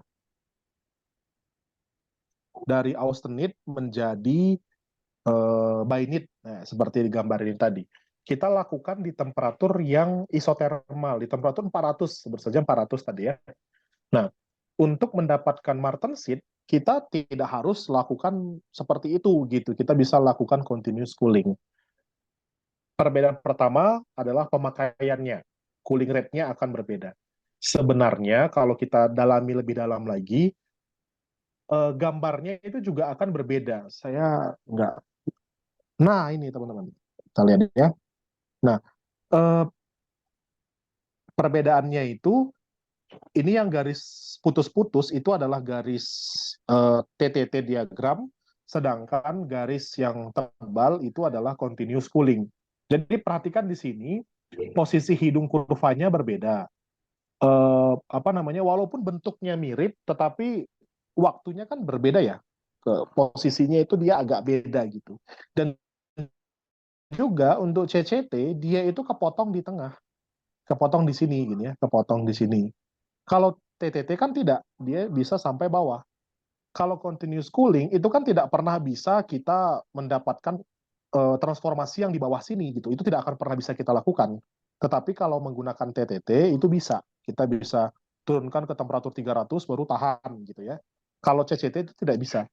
CCT kan hanya bisa dibiarkan begini saja, ke bawah begini.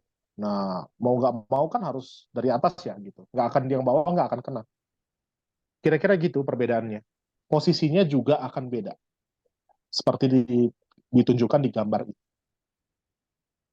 Gitu. Baik, terima kasih Kak. Oke.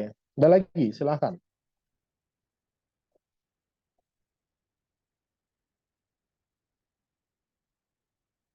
Silahkan. Kalau ada soal, pertanyaan konsep, boleh.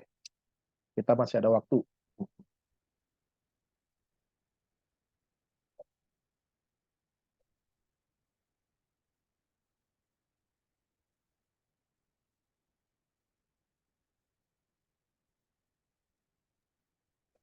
Permisi Kak. Hmm. Mungkin karena masih ada waktu terus soal udah selesai, mungkin kita bisa masuk ke ini Kak.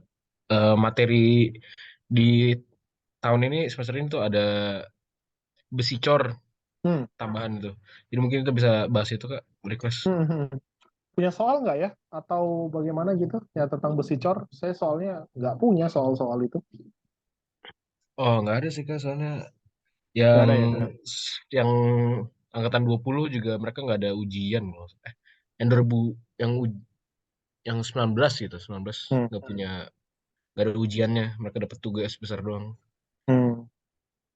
Mungkin bisa bahas ini Kak, konsep aja besi cor. Konsep ya? Oke lah. Ya. Nggak apa-apa. Oke, kita cari ya besi cor. Saya buka Kalister aja. Biar lebih mudah.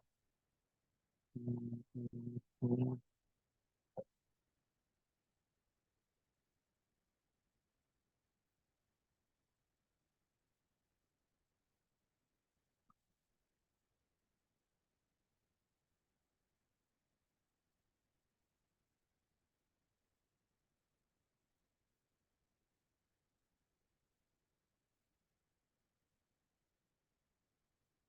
Oke, sedikit ya tentang besi cor. Jadi pertama kita akan melihat yang ini ya, yang paduan logam itu ada yang berbasis besi dengan berbasis bukan besi, ferros dan non ferros. Nah, ferros itu dibedakan antara baja dan besi cor. Baja itu steel, besi cor itu cast iron. Nah, cast iron atau besi tuang gitu ya. Nah, perbedaannya adalah persentase karbonnya. Jadi kalau misalkan kita lihat diagram fasa, mana ya ini? Dia ada. Nah, ini diagram fasa. Eh, ini saya bawa ke PPT aja deh, supaya gampang.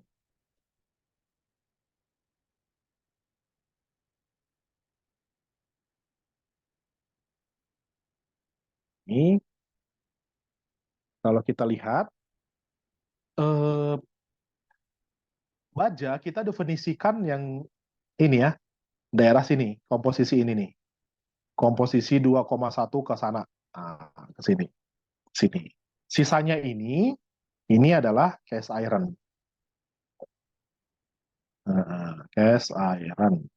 Walaupun nanti tidak sampai 100% seperti ini, teman-teman. Tidak ya. Biasanya batasnya itu adalah di 5%. Biasanya 5%. Itu cast iron.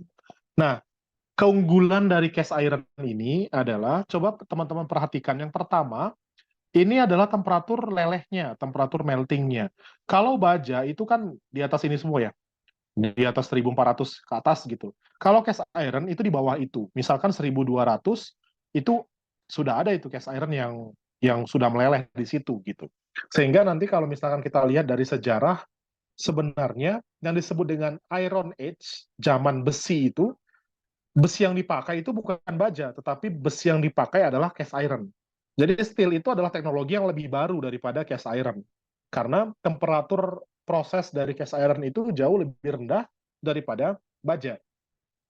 Nah, dengan karbon yang sangat tinggi, cast iron itu secara teoritis dia itu memiliki sifat yang getas karena karbonnya tinggi. Selain itu juga, nanti kalau misalkan teman-teman apa namanya lihat di diagram fasa, ada namanya Fe3C ya, ada namanya cemented. Di cemented itu juga sifatnya getas gitu, sehingga cast iron itu secara natural dia itu sifatnya sangat getas dibanding dengan baja.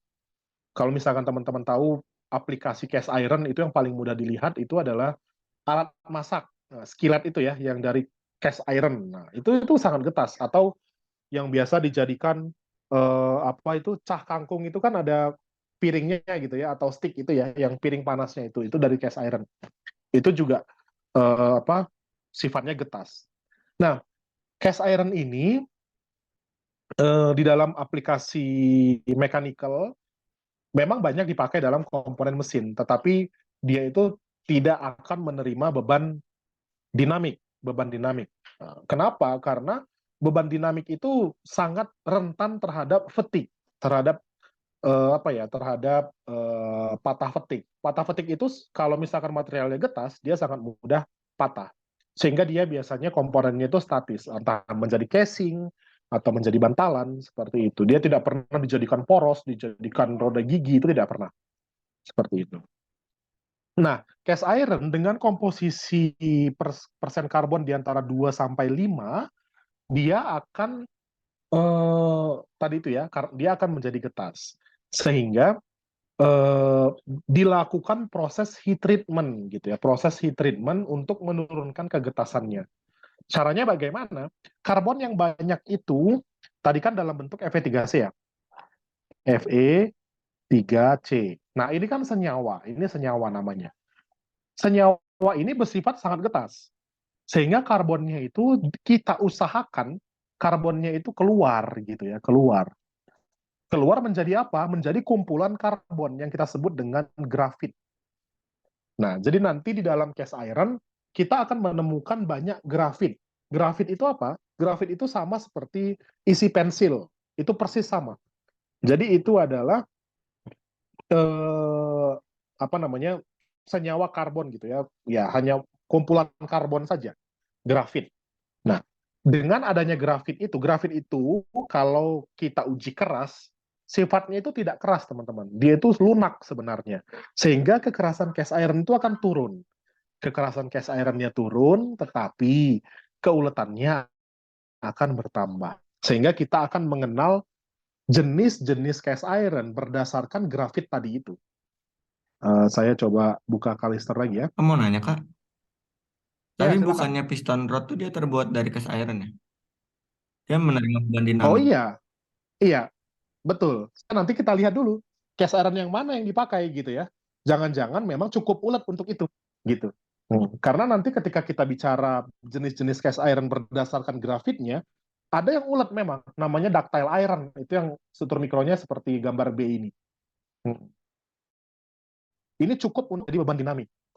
Tapi secara umum dia itu tidak dipakai untuk itu gitu. Apalagi cast iron yang bentuk struktur mikro A ini. Kalau gambar A ini dia ada ujung yang runcing ini bisa menjadi inisiasi retak. Nah, gitu. Nanti ada juga nanti kalau bicara ductile iron, bahkan ada yang sudah dipakai untuk di lokomotif gitu ya, untuk menjadi shaft atau yang lain. Karena cukup ulet untuk nah, tetapi secara teori belum tentu gitu ya. Nah, gitu. Nanti kita akan rasakan grafitnya dulu. Nah, tadi kita ingin mengeluarkan grafitnya. Nah, cara mengeluarkan grafitnya itu, cast iron itu akan ditambahkan paduan lain, yaitu silikon atau cerium namanya. Sebentar, mana ya? Rasanya ada ya.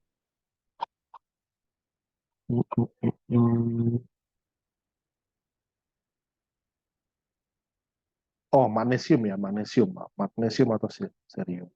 Nah, ini ya. Jadi untuk mengeluarkan grafitnya dilakukan proses heat treatment.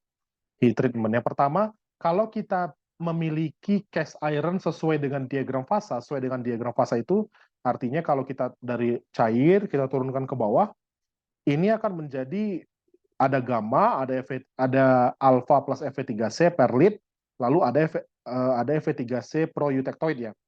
Ini dia, namanya adalah white cast iron. Fasanya itu adalah perlit dan Fe3C.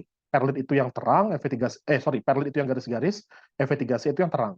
Ini bersifat sangat getas, sangat getas. Ini kita tidak pernah pakai white cast iron itu. Tidak pernah pakai karena dia sangat getas. Nah, tetapi white cast iron itu bisa dipanaskan lagi di temperatur 700 derajat, tapi waktunya 30 jam, itu bisa menjadi malleable cast iron. Malleable itu artinya kalau dipanaskan lama banget, karbon yang berada di Fe3C itu kemudian bisa keluar jadi grafit. Nah, ini dia menjadi perlitic malleable cast iron. Tetapi waktu yang dipakai itu 30 jam. Lama sekali. Nah, tetapi kalau cast iron-nya itu kita perlambat lagi laju pendinginannya, bayangin, dengan diagram fasa saja sebenarnya itu sudah sangat lambat. Tetapi dilambatin lagi, kita akan bisa menemukan yang namanya gray cast iron. Nah, gray cast iron kenapa namanya gray? Karena secara karakteristik dia ketika dipatahkan warnanya itu abu-abu. Warnanya abu-abu gitu ya. Nah, ini komposisinya sama ya teman-teman ya. Tetap karbon banyak dan dia berpotensi jadi white cast iron, tetapi karena pendinginannya yang relatif lambat, sangat lambat, karbonnya sudah keluar duluan gitu ya, sudah keluar duluan. Ini kan tadi dipanaskan dulu ya. Ini udah keluar duluan, menjadi menjadi bentuk yang kalau secara 2 dimensi seperti cacing ini ya. Tetapi kalau dalam 3 dimensi, teman-teman bayangkan gambar yang seperti itu seperti itu. Apa namanya? Seperti martabak gitu loh. Seperti pizza gitu ya, seperti pizza. Seperti pizza. Nah, seperti itu sebenarnya dalam 3 dimensi. Nah, seperti itu. Nah, ini menjadi gray cast iron. Gray cast iron kekerasannya sudah turun dibanding dengan white cast iron, tetapi dia masih punya kekurangan di mana ujung-ujungnya ini relatif runcing. Ini bisa menjadi inisiasi crack. Sehingga ini jarang dipakai di komponen dinamis. Nanti yang komponen dinamis akan menggunakan cast iron yang grafitnya itu berbentuk nodular, berbentuk bulat. Nah, dengan penambahan magnesium atau cerium, grafit yang keluar itu bisa tidak panjang-panjang seperti ini, tidak seperti pizza gitu ya, tetapi dia bentuknya seperti ini teman-teman, seperti bulat-bulat seperti ini. Ini bisa tahan beban dinamis, bisa digunakan sebagai komponen mechanical, seperti itu. Jadi ada nanti gray cast iron yang bentuk ininya, bentuk grafitnya itu runcing seperti ini, tetapi ada yang bulat. Kita biasa menyebutnya nodular atau ductile cast iron. Seperti itu. Kalau kita lihat di dalam struktur mikro, gray cast iron, nah ini ya. Yang pertama yang A ini, yang A itu adalah gray cast iron gitu ya. Bentuk grafitnya seperti ini. Nah, yang B itu nodular, bentuk grafitnya bulat-bulat. Nah, lalu tapi dia itu ya bulat-bulat, tidak ada yang runcing seperti ini. Nah, baru yang C itu yang white cast iron. White cast iron seperti pendinginan pada diagram fasa tadi, sehingga nanti kita akan ketemu Fe3C dan perlit. Lalu yang D itu malleable. Malleable. Nah, malleable itu ini merupakan pemanasan dari C ini tadi ya. Dari wet cast iron dipanaskan menjadi malleable. Nah, lalu berikutnya ada yang bagian E itu compact. Compact itu yang grafitnya itu sudah campuran antara ductile dan gray cast iron gitu ya. Ini tergantung komposisi magnesium atau cerium. Tapi biasa yang digunakan itu adalah yang ini. Lalu begini teman-teman, untuk cast iron yang harus diperhatikan adalah matriksnya. Matriks itu adalah selain grafit, ada fasa apa di luar ini gitu ya. Ada fasa apa yang menyerubunginya atau dominan fasa apa. Misalkan nodular cast iron. Di sini kita lihat di gambar B, kita menemukan fasa terang ya. Fasa terang bentuknya equiaxial, maka ini fasanya adalah ferrit. Nah, ferrit. Yang bagian A juga gitu. Yang bagian A dengan bagian B kan mirip ya, matriksnya. Sehingga ini ferrit. Tetapi kalau misalkan bagian C, ini yang garis-garis gelap ini adalah perlit. Tetapi yang terang itu adalah cemented gitu ya, cemented. Sedangkan bagian D yang gelap itu adalah grafit, nah, yang hitam itu grafit. Tetapi ini kan putih nih, putih dan equiaxial, maka itu adalah ferrit. Nah, gitu. Jadi itu yang harus diperhatikan. Jadi biasanya kalau misalkan mau diurutkan gitu ya, di antara gray cast iron, kalau kamu harus cari yang paling ulet, kamu cari gray cast iron yang bagaimana? Oh, cari gray cast iron yang matriksnya ferrit atau paling banyak ferritnya gitu. Karena tadi kita lihat di bawah, gray cast iron itu kan bukan cuman ferrit ya, ada perlit ya, ada perlit juga. Nah, kalau perlit dia lebih ketas karena ada cementednya misalkan. Kita maunya yang ferrit. Begitu. Nah, akibat adanya grafit ini ya teman-teman, kalau diuji keras, itu cast iron itu bisa kekerasannya itu rendah. Padahal karbonnya tinggi ya. Karena grafit itu pada dasarnya itu tidak keras. Dia itu lunak. Jadi ketika dikenain dentor, dia itu hancur langsung. Gitu. Jadi dia itu sebenarnya tidak terlalu keras nantinya. Mungkin ini dulu untuk cast iron ya. Untuk aplikasi kebanyakan memang untuk yang ini ya, kalau di Kalister itu disebut sebagai untuk nahan getaran gitu ya, untuk dumping. Lalu berikutnya ya alat masak misalkan, tadi ada rod misalkan, seperti itu. Itu sih aplikasinya kebanyakan.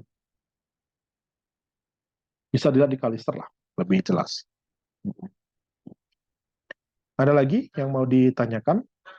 Silakan untuk cast iron. Silakan. Oh.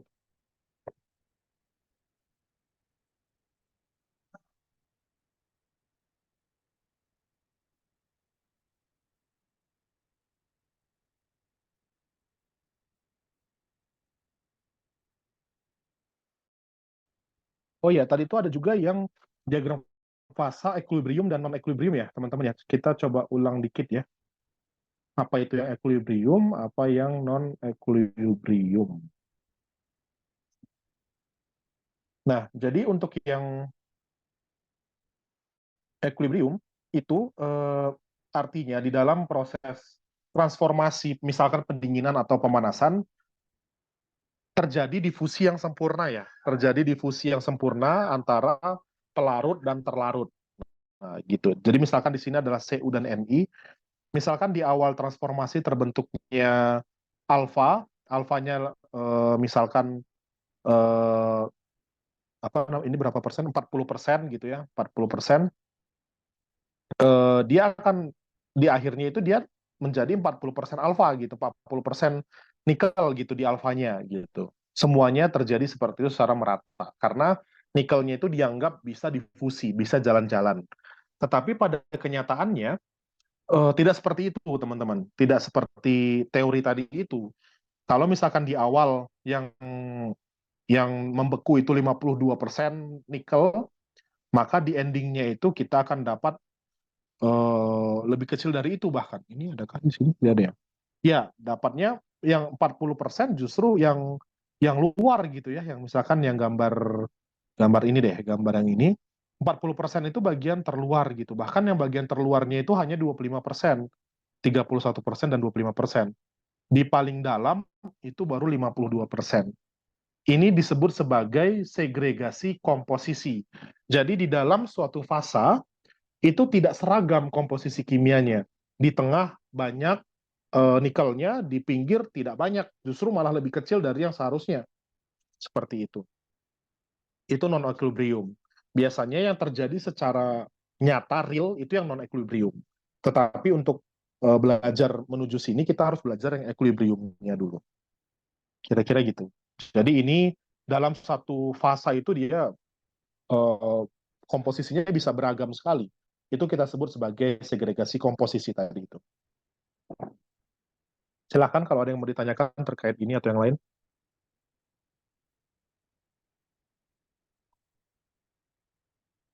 Sudah?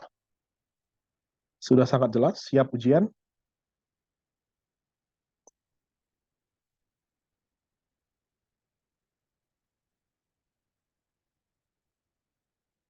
Kalau menghitung-menghitung ini enggak kan ya? Sudah ya kemarin ya waktu UTS kalau nggak salah. Seingat saya waktu UTS tuh ngitung-ngitung. Kalau yang diagram fasa belum sih Kak, Hah? yang hitung. Oh belum ya? Kak, kita apa yang hitung-hitung UTS itu yang bentuk kristal kalau nggak salah. Oh Yang struktur gitu. kristal. Oke oke oke. Hmm. Oke, ada lagi kah yang mau ditanyakan? Silakan.